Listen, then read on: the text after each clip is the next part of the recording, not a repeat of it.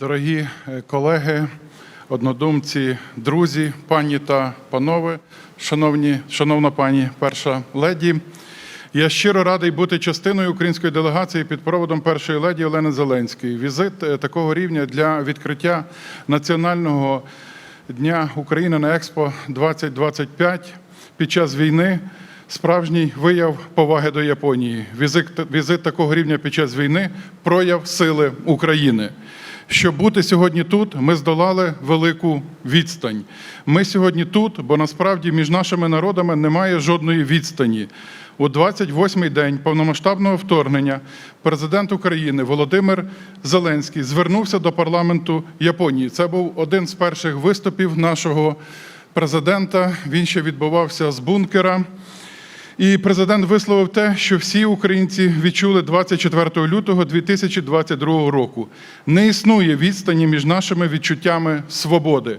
Жоден міліметр не розділяє наше бажання жити. Ми єдині у прагненні миру.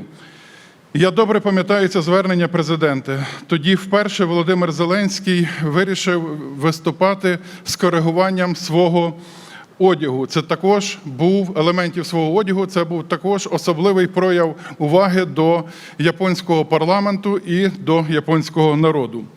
Глибока взаємна повага визначає взаємини українського та японського народів. Їхній фундамент – повага до міжнародного права. Це означає безумовну повагу до територіальної цілісності та суверенітету незалежних держав. У жовтні 2022 року президент Зеленський видав указ, яким Україна підтвердила свою повагу до суверенітету і територіальної цілісності Японії, включаючи з її північними територіями. Ці території продовжують перебувати під незаконною окупацією Росії.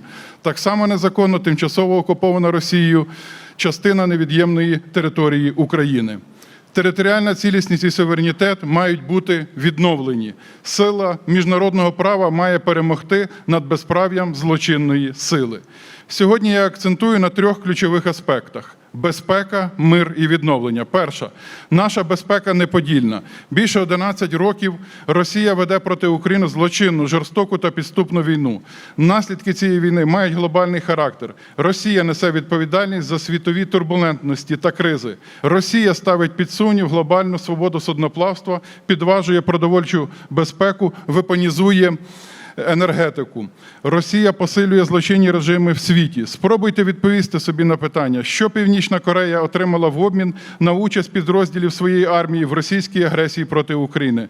Безумовно, це насамперед додаткові оборонні спроможності, що створюють пряму загрозу для вашого регіону. Наша безпека неподільна. Трансатлантична безпека невідривно пов'язана з безпекою індотихоокеанського регіону. Україна гідно захищається від російської агресії. Україна сьогодні контриб'ютор глобальної безпеки. Російська армія вже не та, що була в 2022 році. Вона, на жаль, здобула і здобуває бойовий досвід, розвиває свої військові технології. І Росія – загроза глобальній безпеці. Наш спільний безпековий інтерес – досягнення Україною паритету у воєнній спроможності з Росією, паритету у збройному арсеналі та арсеналі боєприпасів. Україна довела свою силу. Україна здатна захистити світ від російської загрози. Друге. Україна налаштована досягти справедливого та сталого миру в цьому році. Ми вдячні Японії за надану всебічну підтримку на цьому шляху. Лише сила здатна змусити Росію до миру. Мир завдяки силі. І Японія – лідер у посиленні України та послабленні Росії. Ваше лідерство має глобальне значення, і ми вдячні за надану допомогою у розмірі 15 мільярдів доларів і схвалені 27 пакетів санкцій. Спільно ми маємо досягти гідного завершення війни. Тиск світу на Росію має бути синхронізовано, справедливість має бути відновлена, сміливість має бути вшанована, злочинці мають бути покарані, і Росія має сплатити за скоєні злочини. Третє. Ми розраховуємо на вирішальну роль Японії у відновленні України. Ваша країна має унікальний успішний досвід повоєнної відбудови. Вже сьогодні японські високотехнологічні рішення допомагають долати нам руїни. Вже зараз вони повертають життя туди, куди Росія принесла війну. Я вдячний всім долученим агенціям, Японському агентству з міжнародного співробітництва JICA, Японському агентству NEXI і японській організації JETRO. Я особливо ціную, що Японія поділяє нашу візію. Нам можна не лише допомагати, з нами можна вигідно торгувати, в нас варто інвестувати. Україна – майбутній член Європейського Союзу, Україна – країна цифрових державних послуг, і Україна – країна високоосвічених людей, країна можливостей. Ми особливо цінуємо лідерську роль Японії у розмінуванні нашої країни. Очікуємо результативну конференцію з питань протимінної діяльності в Україні у жовтні в Токіо. Близькість України та Японії засвідчила спільна заява наших лідерів про особливе глобальне партнерство України та Японії, схвалена в Києві у 2023 році. І Японія – одна з 3 країн, з якими наша держава досягла особливого партнерства стратегічного характеру саме під час війни.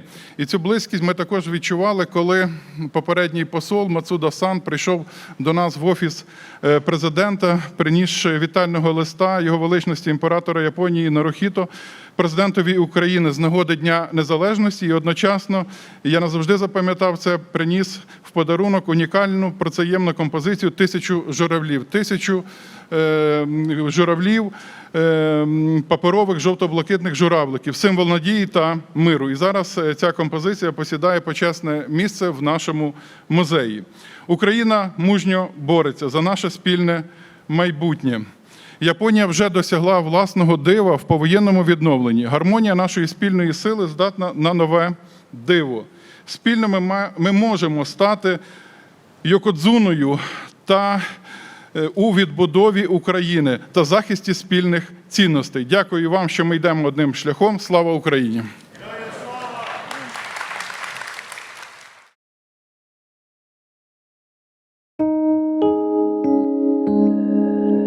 Thank you.